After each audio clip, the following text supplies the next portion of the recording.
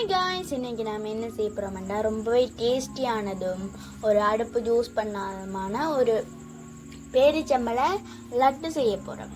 அதுக்கு முன்னாடி இந்த சேனலுக்கு யாரும் ஃபர்ஸ்ட் டைம் வந்திருந்தீங்கன்னா லைக் பண்ணுங்கள், ஷேர் பண்ணுங்கள், மறக்காமல் சப்ஸ்கிரைப் பண்ணுங்கள்.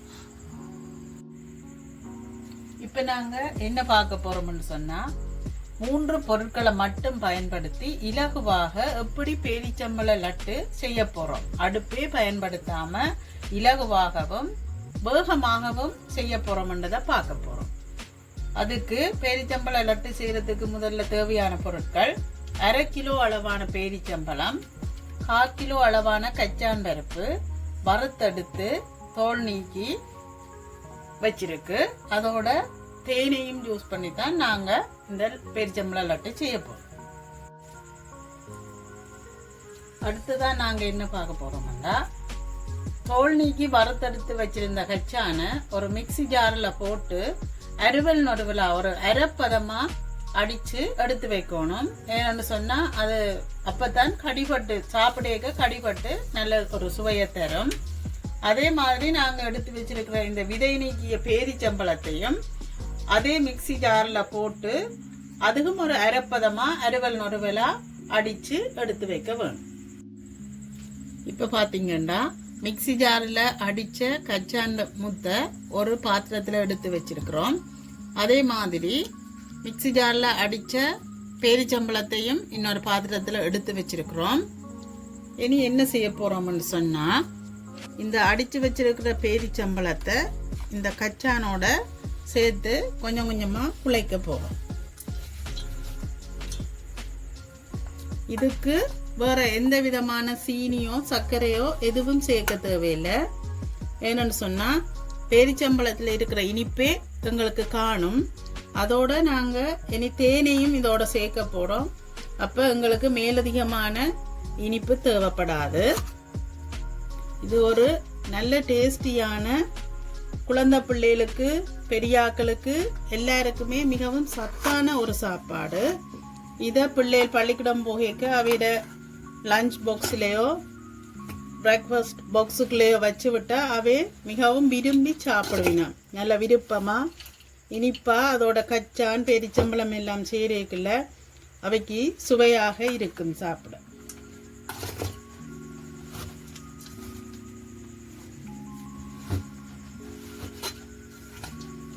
இதுக்கு மேலதிகமா தண்ணியும் சேர்க்க தேவையில்லை, எந்த விதமான தண்ணியும் சேர்க்க தேவையில்லை. இந்த ஈரத்திலேயே அதை அப்படியே குழைக்க போறோம்.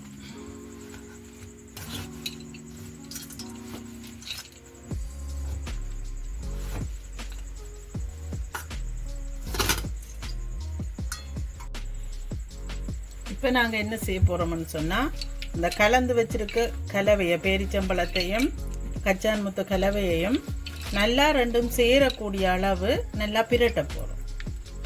நல்லா சேர்த்து பிரட்டிட்டு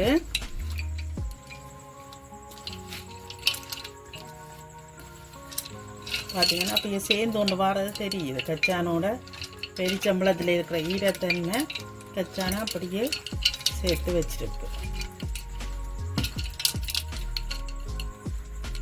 இதுக்குள்ள நாங்கள் இனி தேனை கொஞ்சம் கொஞ்சமாக ஒரு 2 டீஸ்பூன் அளவு தேன் விடுவோம்.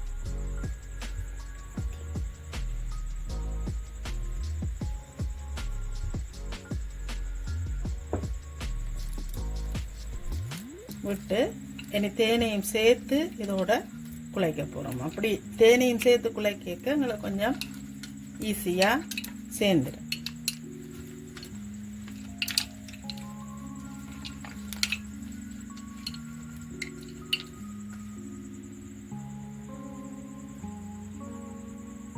குழைச்சி கொண்டு வரைக்க எங்களுக்கு அந்த பத தெரியும். அப்போ கொஞ்சம் மேலதிகமாக தேன் சேர்க்கணும்னு சொன்னால் இன்னும் கொஞ்சம் சேர்த்துக்கொள்ளலாம்.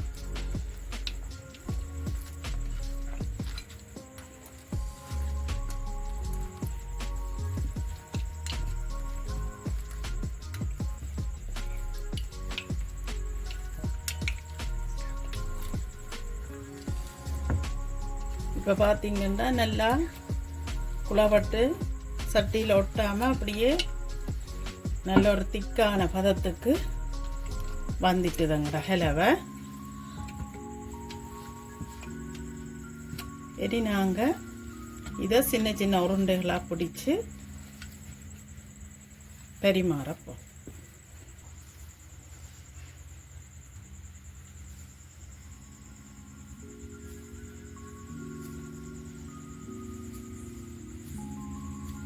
இது வளர்ந்த ஆக்களுக்கும் சின்ன ஆக்களுக்கும் நல்ல சத்தானது.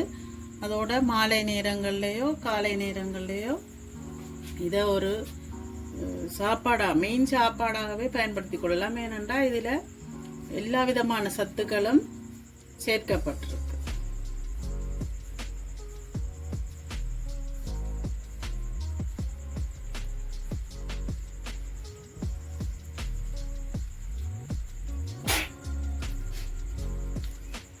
பள்ளிக்கூடம் போகிற சின்ன ஆக்களுக்கோ அல்லது வேலைகளுக்கு போகிற ஆக்களோ இலகுவாகவும் மிகவும் வேகமாகவும் இதை செய்து தாங்கள் எடுத்துக்கொண்டு போகலாம்.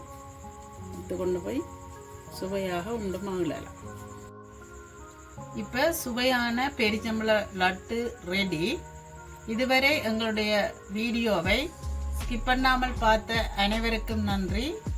மீண்டும் இன்னொரு வீடியோவில் சந்திப்போம்.